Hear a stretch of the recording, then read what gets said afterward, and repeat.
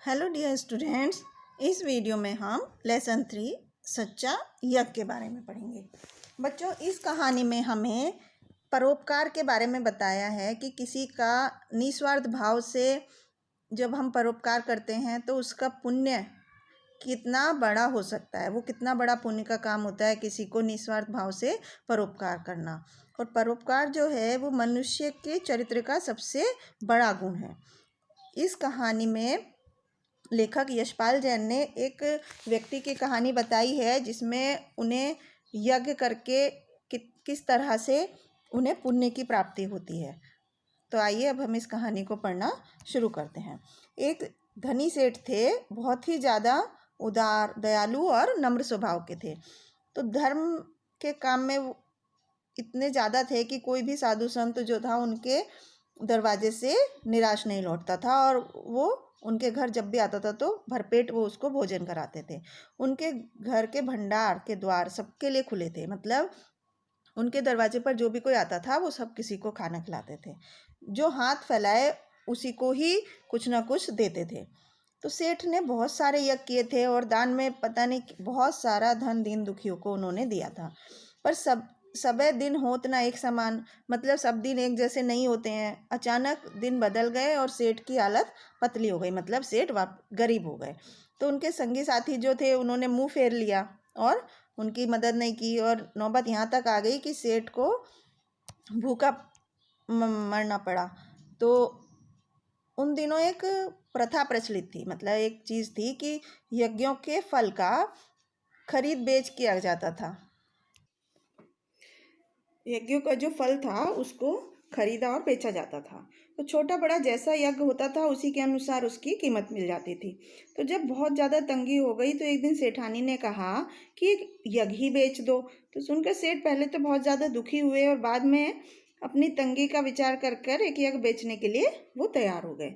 तो सेठ के यहाँ से 8-10 किलोमीटर की दूरी पर कुंदनपुर नाम का एक शहर था जिसमें एक बहुत बड़े सेठ रहते थे और लोग उन्हें धन्ना सेठ बोलते थे। तो ये अफवाह थी कि उनकी सेठानी को कोई दैवीय शक्ति प्राप्त है जिससे वो तीनों लोगों की बात जान लेती है। तो धन की उसके पास कोई भी कमी नहीं थी। विपदाग्रस्त सेठ ने, मतलब जो मुसीबत से मारे हुए सेठ ने, उन्हीं के हाथ एक यज्ञ बेचने का विचार कर लिया कि उन्हीं के यहाँ जाकर वो यज्ञ को अपने एक बेच देगा। तो सेठानी जैसे जैसे पड़ोसी से थोड़ा सा आटा मांग के लाई और रास्ते के लिए 4 मोटी मोटी रोटियां बनाकर पोटली बनाकर सेठ को दे दी कि सेठ सुबह सुबह उठकर कुंदनपुर की ओर चल दिए। सेठ ने सोचा था कि सूरज निकले उससे पहले मैं जितना रास्ता पार कर लूँ उतना ही अच्छा होगा। तो ये सोचकर वो खूब जल्दी जल्दी चले और आधा रास्ता पार करते करते धूप इतनी तेज हो गई कि चलने में उन्हें दिक्कत होने लगी। पसीने से उनकी सारा शरीर लथपथ हो गया और सूरज और पेट में चूहे कूदने लगे। तो सामने उनके बहुत सारे पेड़ थे और कुआं देखकर सेठ ने सोचा कि यहाँ थोड़ी देर रुककर खाना खा लेते हैं और आराम कर लेते हैं। तो यही सोचकर वो उस पेड़ की तरफ बढ़े।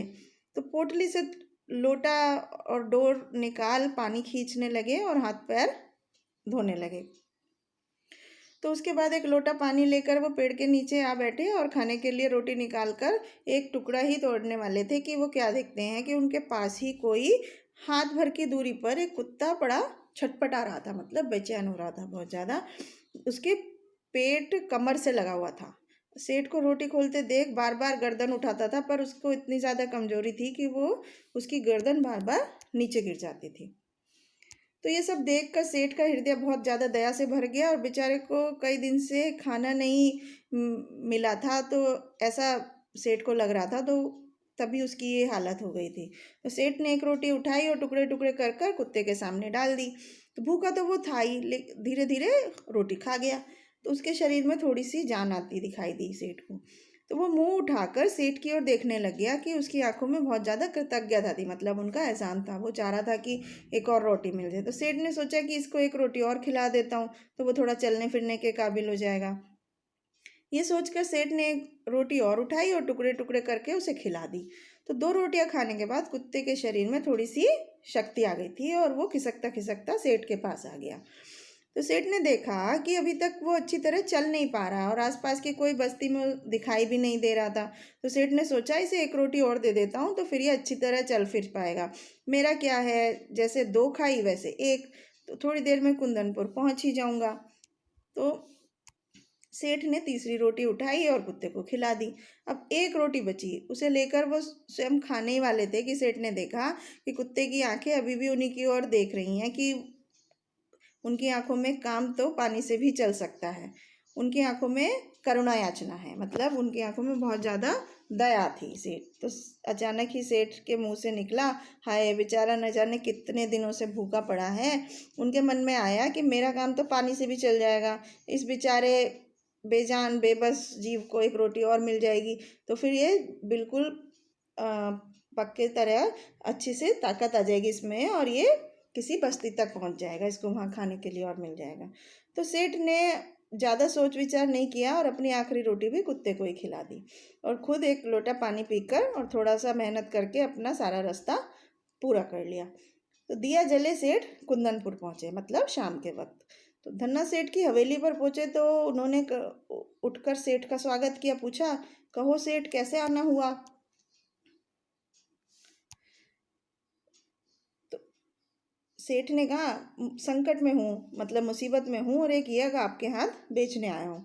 तो इतने में धन्ना सेठ की पत्नी ने आकर सेठ को प्रणाम किया और बोली, सेठ जी यज्ञ खरीदने के लिए तो हम तैयार हैं, पर आपको अपना महायज्ञ बेचना होगा।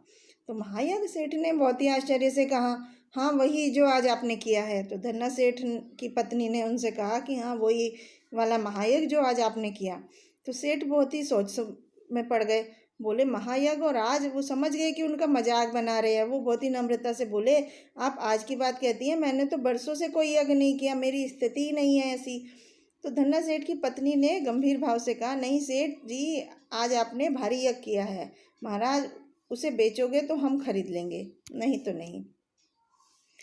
तो सेठ बहुत ही अचंभित हो गए और बहुत ही निशब्द रह गए। उन्हें निश्चय हो गया कि ये लोग वो कोई यज्ञ खरीदना ही नहीं है, इसलिए ये ऐसी बातें कर रहे हैं।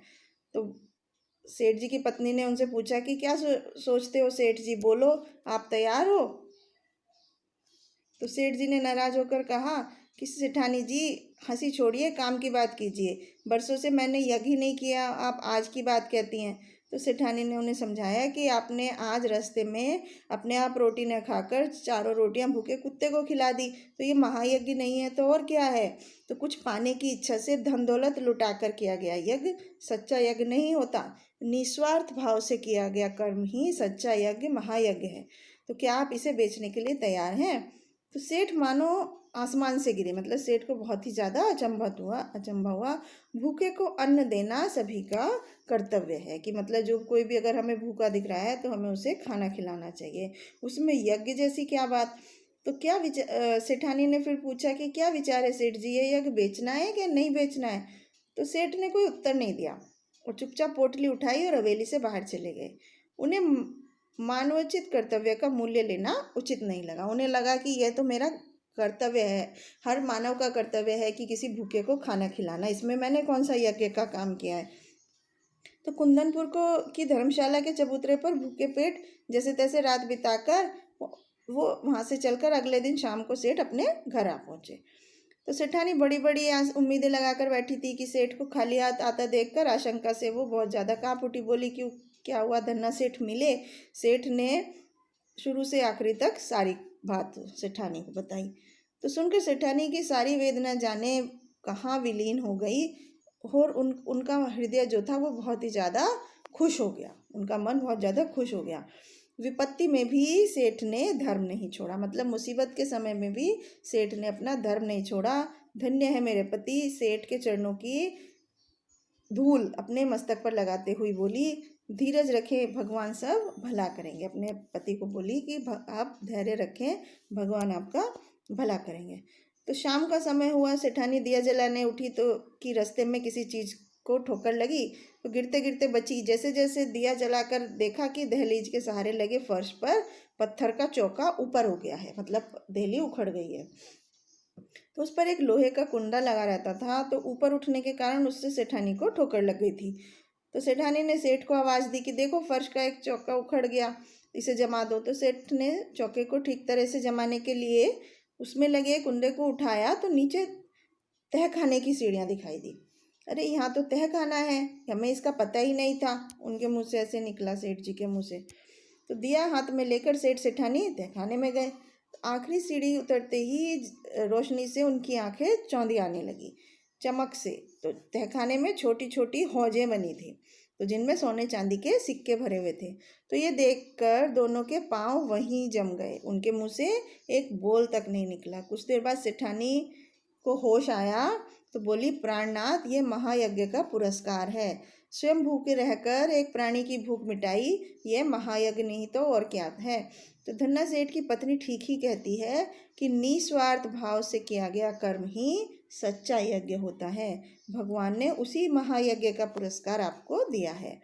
तो सेठ ने मन ही मन भगवान को धन्यवाद दिया और प्रार्थना की कि हे भगवान, मेरा कर्तव्य बुद्धि को जगाए रखना, मतलब मेरे जो बुद्धि में कर्तव्य परायणता है कि अपने कर्तव्य को अच्छी तरह करने की भावना है, उसको हमेशा मेरे अंदर जीवित रखना। स्वयं कष्ट सहकर भी मैं दूसरों के कष्ट को हमेशा कम कर सकूं, ऐसी बुद्धि और शक्ति मुझे देना। तो बच्चों, इस कहानी में यही बताया गया है कि किस तरह से सेठ ने अपने बुरे वक्त में भी, अपनी एकदम दरिद्रता में, अपनी विवशता में भी अपने धर्म को नहीं छोड़ा और उन्होंने अपना कर्तव्य का पालन किया। उन्होंने खुद को भूखे रखकर भी एक भूखे की भूख मिटाई। उस कुत्ते को उन्होंने रोटी खिलाकर सारी रोटी खिला दी कि उसको जीवन मिल जाए, वो थोड़ा सा चलने फिरने लायक बन जाए, और खुद की परवाह भी नहीं की, अपने कर्तव्य का पालन किया। तो भगवान ने भी उनके उस कर्तव्य परोपकार का उनको पुरस्कार दिया। तो इस तरह से बच्चों, निस्वार्थ भाव से किया गया कर्म, जिसमें हमारा कोई स्वार्थ नहीं होता, वो ही सच्चा यज्ञ होता है, और भगवान भी उसी यज्ञ का पुरस्कार हमें अवश्य देते हैं। तो इसलिए हमें हमेशा अपने जीवन में परोपकार की भावना रखनी चाहिए, हमेशा निस्वार्थ भाव से दूसरों की सेवा करनी चाहिए और दूसरों के काम आना चाहिए। तो यही थी इस पाठ की सीख। Thank you.